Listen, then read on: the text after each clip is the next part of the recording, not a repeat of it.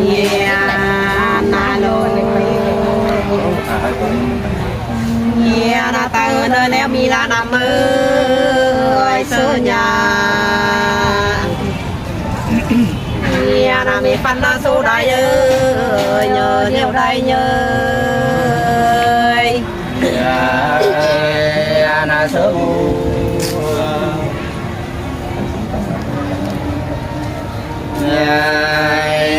na thi có mà na yêu đam na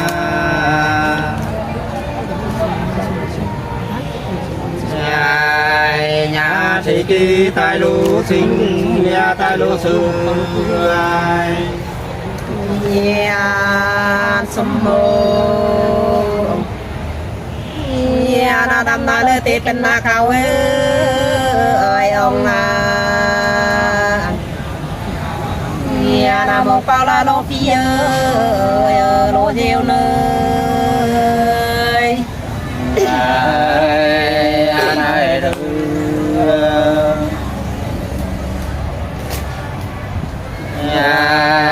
nhà thị nữ nhang long tôi là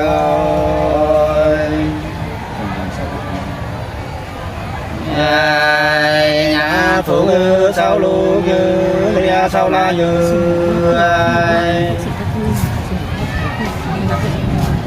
nhà sum mô nhà na ma hấp lê tiền na phi ơi ma ca nhà na không xe la tô na ơi lùm tô na ơi nhà na sơ mù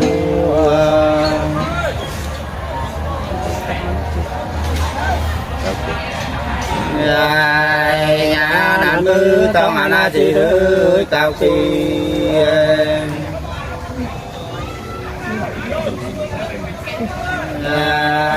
nhà trẻ si sau cứ nấu nhà thì cứ nương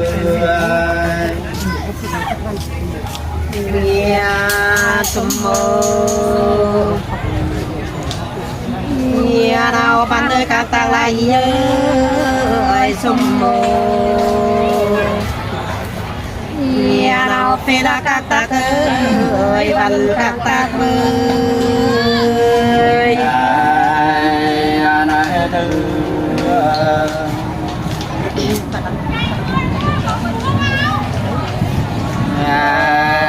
nhà chỉ cho cái phê na phê nữ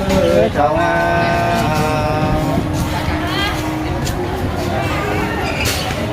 nhà cả mẹ cao nam nhà cao cái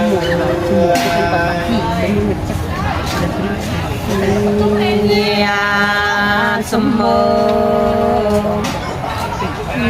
nhà na po pen nơi có phác la phi ơi phác phê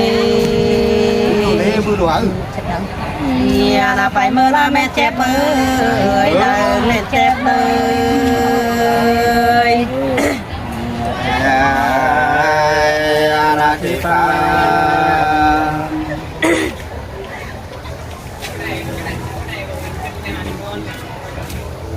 nhà bé nữ phía trong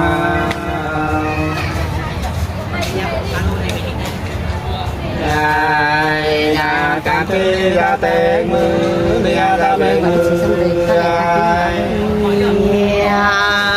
thì mơ nhà na va biết sơ sang bên ơi pha lệ nhà na cà phê ra nhang cao ơi lơ nhang vai lơ na ra bèo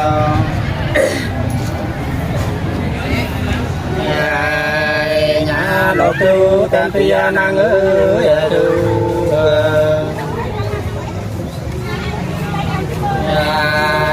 nhà nô ta mà thương thương nhà mà tao thương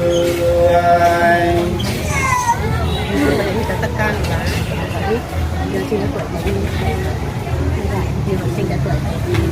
nhà chiều nia na sinh đại lê phố ai là tê ơi nên nên nia na tiếp bé đã sao lúc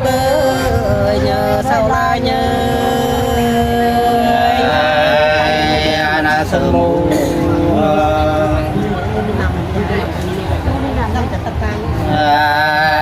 nhà nữ bị bé na khao sao đây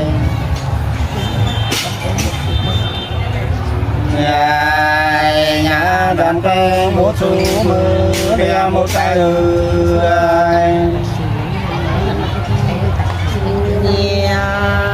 chiều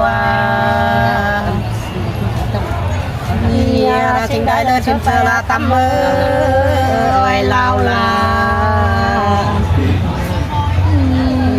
là bên trong là cô long ơi lờ mỹ tao lời số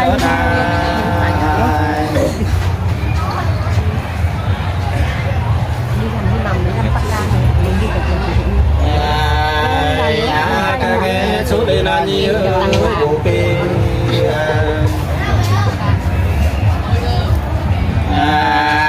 nhà chỉ cứ càng lái đường đi càng lên đường này riêng na va đi bơ sơ say la đi bơ ơi sơ sai na phôi thế ba khăn chú ơi mơ khăn cay mơ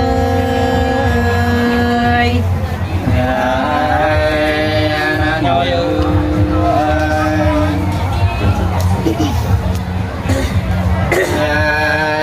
nhà thiếu mưa ở cô ăn ở sơ coi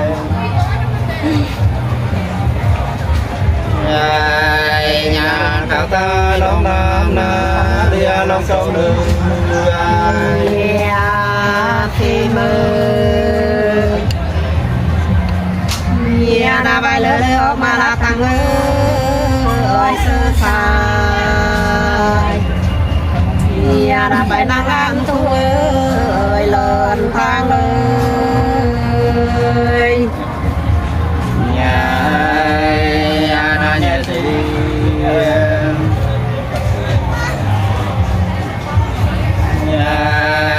nhà bà cứ đông na la nam ơi cùng nhà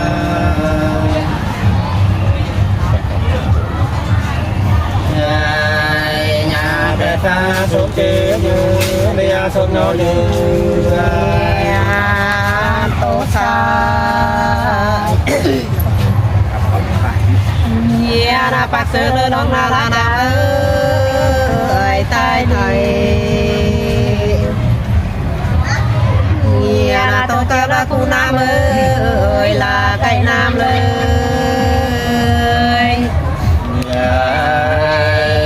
na sư mù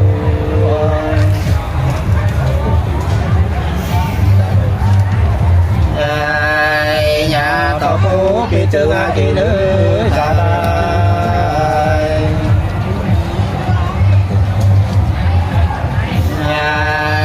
nhà nàng tê sau cứ nào lia đi cứ nữa thái thái na tôi chiều lời anh có cả mai ơi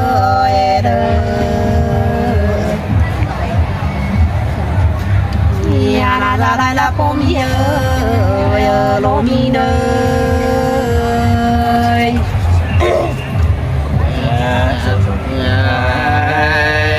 na sơ sơ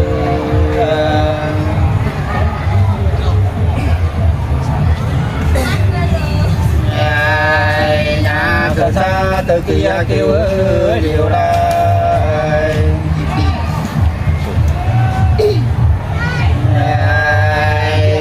nhà chữ khang sông kinh nghe khang phi cười nông lơ na cầm sơ lê ông cầm mai lơ cây khe na mê phê ra sơ sai ơi เป็นใส่ได้เบย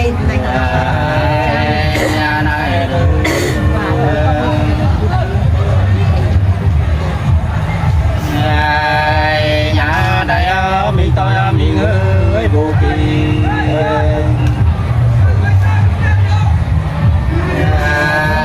nhà tôi sung chia bây giờ sung nhỏ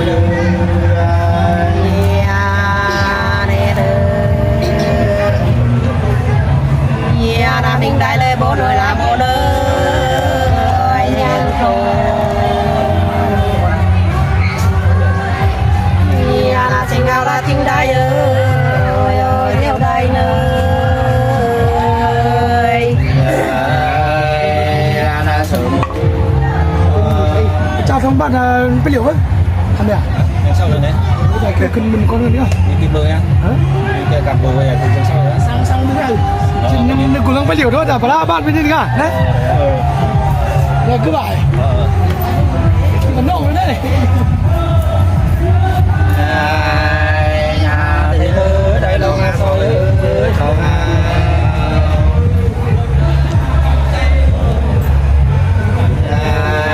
nhà cái tao tay mưa đắng lia tay mưa đường nè là đây đâu rồi có phải hát ơi ra lô là ta nghe đã chính đây ơi nhiều đây nơi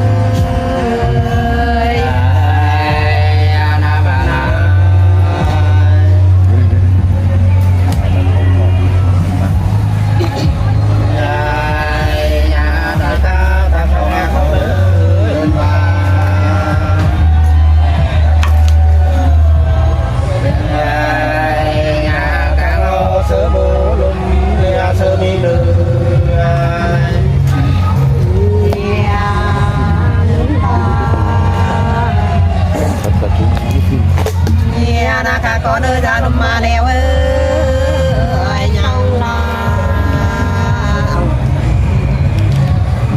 là phải theo là đầu năng ơi giờ điều nhang đời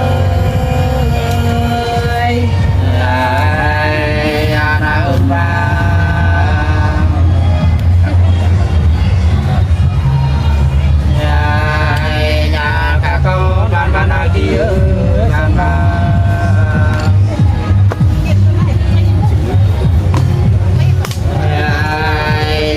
sĩ nhi tu lu lia tu la yu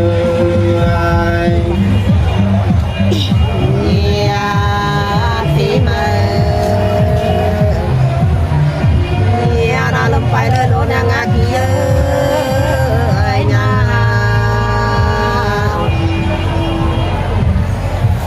nhà là non lê lại teo ơi lăng teo lời sơn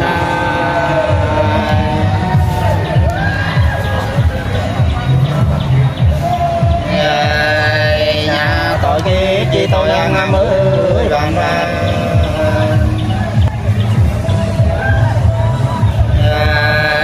nhà sĩ nga tu lu như lia tu la như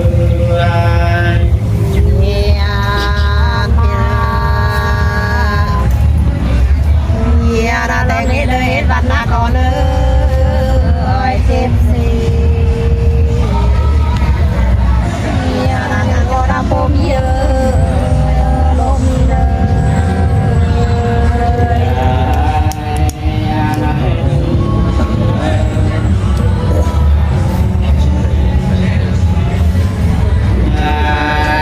nhà bác sĩ đại mi ngã bè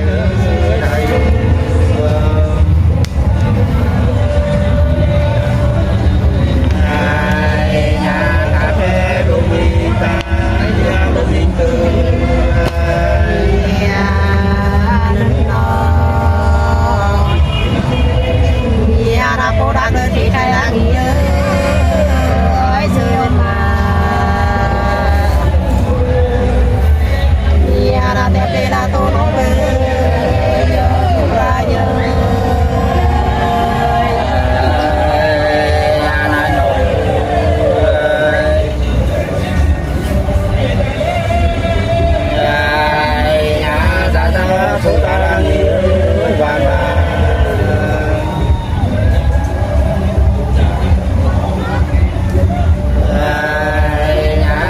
thì ngư trang lia năm mươi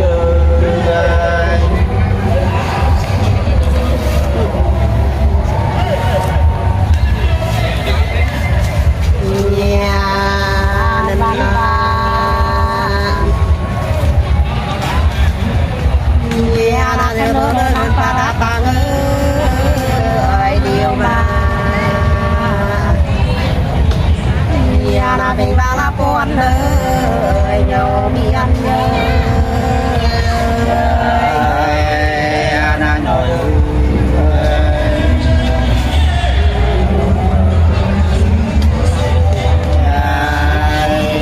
ta đã số ta đã tha nữ sợ ta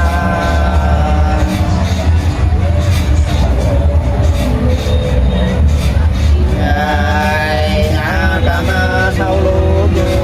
thì ăn một cái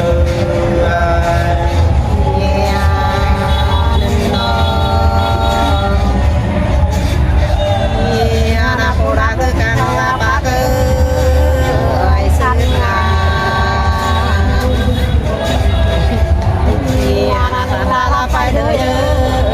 nhớ phải cho nhớ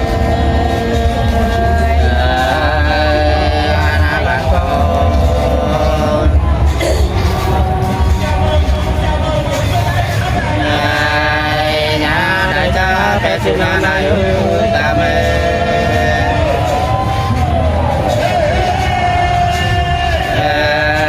nhà đủ ta nhà xa thư nhà làm ơi đi na biết ta mày đâu sáng như tôi nhà là cả tiếng nơi mất cô lại nhớ ai tết thì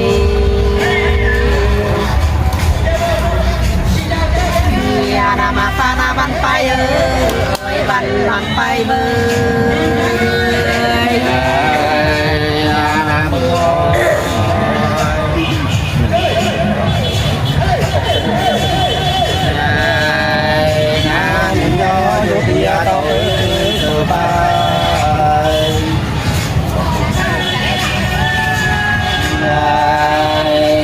chỉ có bố như lia mi ôm như ban phai nhà na khăn nỡ đời bác xa la tè cơ tại để tháo ca đi à tại để tháo nhà na mô hay là buồn ơi là mi ăn nhớ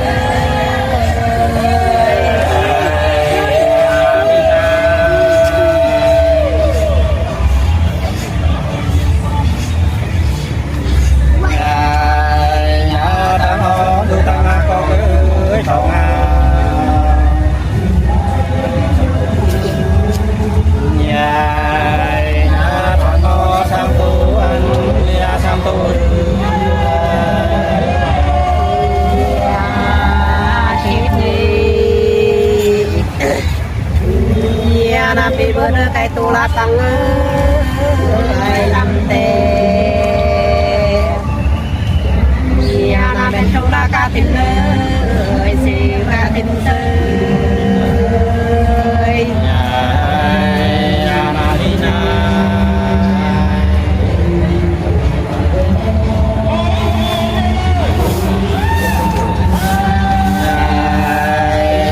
thì nữ mô tô chiều ơi làm gì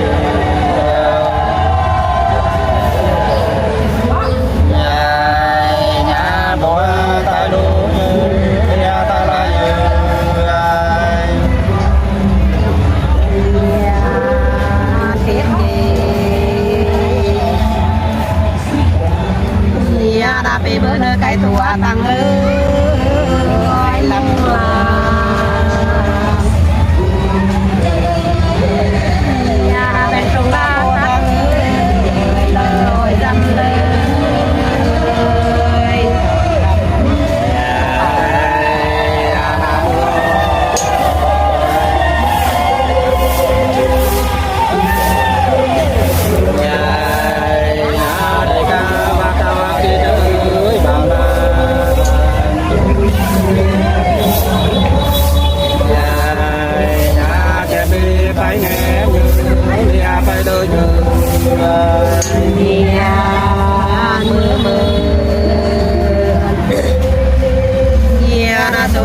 bên lừa là bà ơi biết về nhà là sinh lao lại cô ơi này đi nơi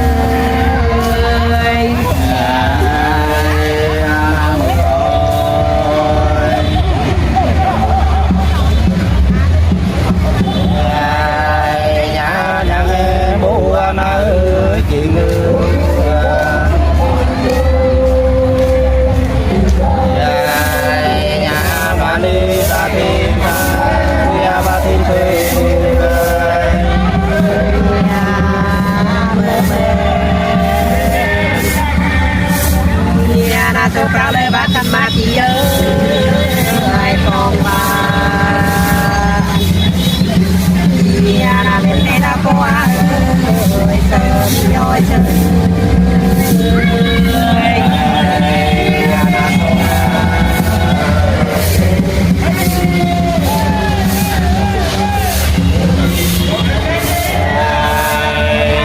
cà phê mà tôi này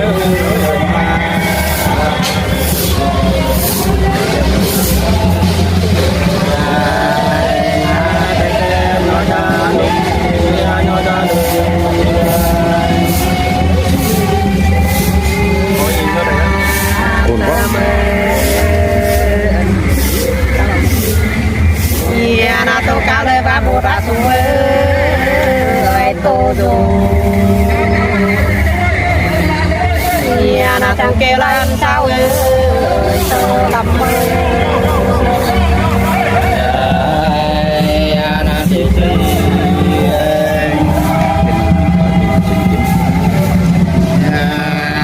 nhà bên ơi tôi ăn ơi xin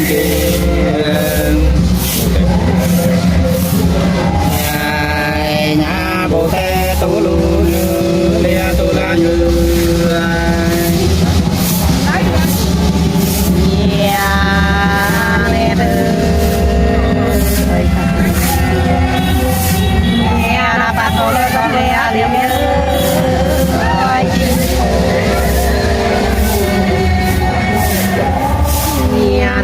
đã có cú ơi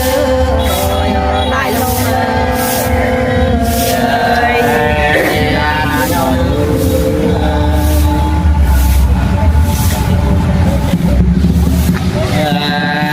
nhà cà phê bồ tát nêu tay theo nhà bà nương hậu có như làm có như tô sai nhà đã có tiếng người lo cho nát chơi thì nhà đã cái gì đã phải đưa nhớ phải cho nhớ sông cha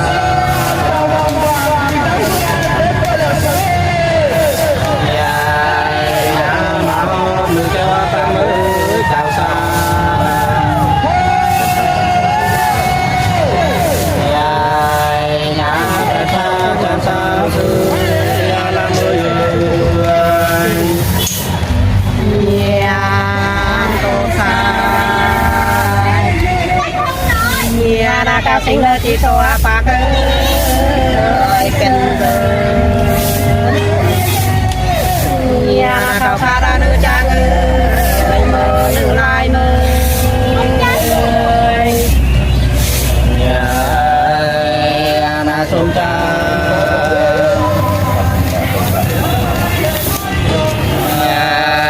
nhà cà phê và tua bà ơi thằng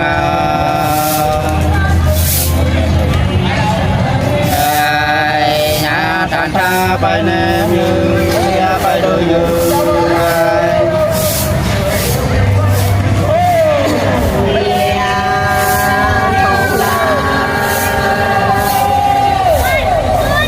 nhà na tô bác ơi chỉ cô là bác ơi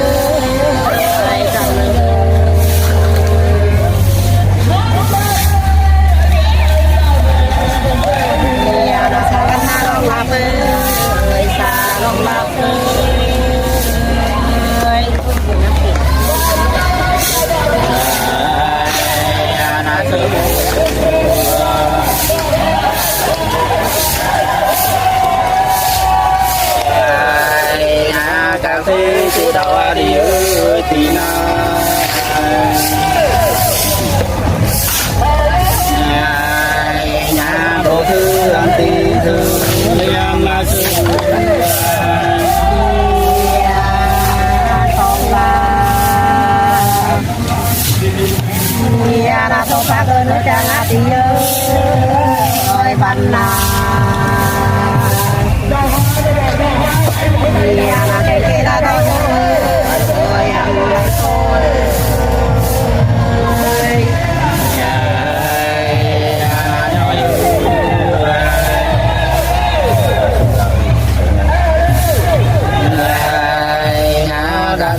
Số ta lại sợ nhà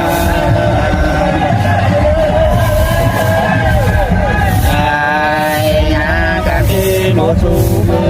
cái nhà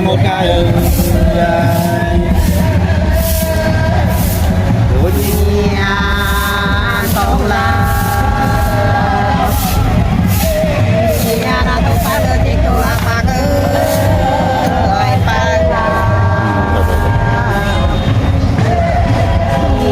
lên la po ai ơi mơ mi ai ơi.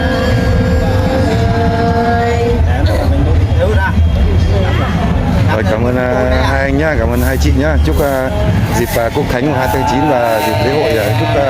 các anh chị luôn luôn nhiều niềm vui và hạnh phúc nhá. Mình dân tộc Tây Nguyên cảm ơn anh chị rất là nhiều. Bây giờ cũng là 5 giờ chiều rồi. Anh chị cũng là đang hát nhưng mà giờ họ cũng muộn rồi á. Thì gia đình ở xa cho nên là anh em phải về, cho nên là ở bên Tiên Nhân Giang diễu hành ồn quá cho nên là mọi người thông cảm.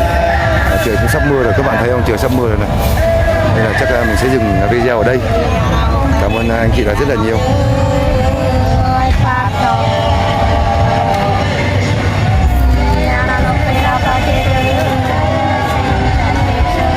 Bye bye anh chị nhé. Bye bye nhá.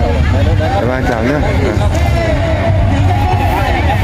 Thôi mình sẽ kết thúc video ở đây, mình cũng nói rồi. Nói chung là trời cũng chưa tối hẳn đâu nhưng mà thôi đấy là mình nói vậy đó. Công viên chiều nay rất là đông người ở công viên Đông Phách này. Lễ hội sầu riêng vẫn còn nghỉ đến là ngày mai nữa. Nhưng HC thì hôm nay đến vậy là kết thúc rồi. Công viên bây giờ cũng trống hết cả người rồi, mọi người lên xem diễu hành rồi. Mình sẽ xin chung video ở đây. Cảm ơn anh chị rất là nhiều. Chúc anh chị luôn luôn nhiều niềm vui và hạnh phúc. Chúc anh em dân tộc Tây Nguyên, Facebook, Zalo và YouTube dân tộc Tây Nguyên, và chúc anh em mọi người luôn luôn khán giả xem video của mình cảm thấy hay thì cho mình một cái like và chia sẻ, đăng ký kênh, ủng hộ mình miễn phí. Cảm ơn mọi người rất là nhiều. Bye bye nhá.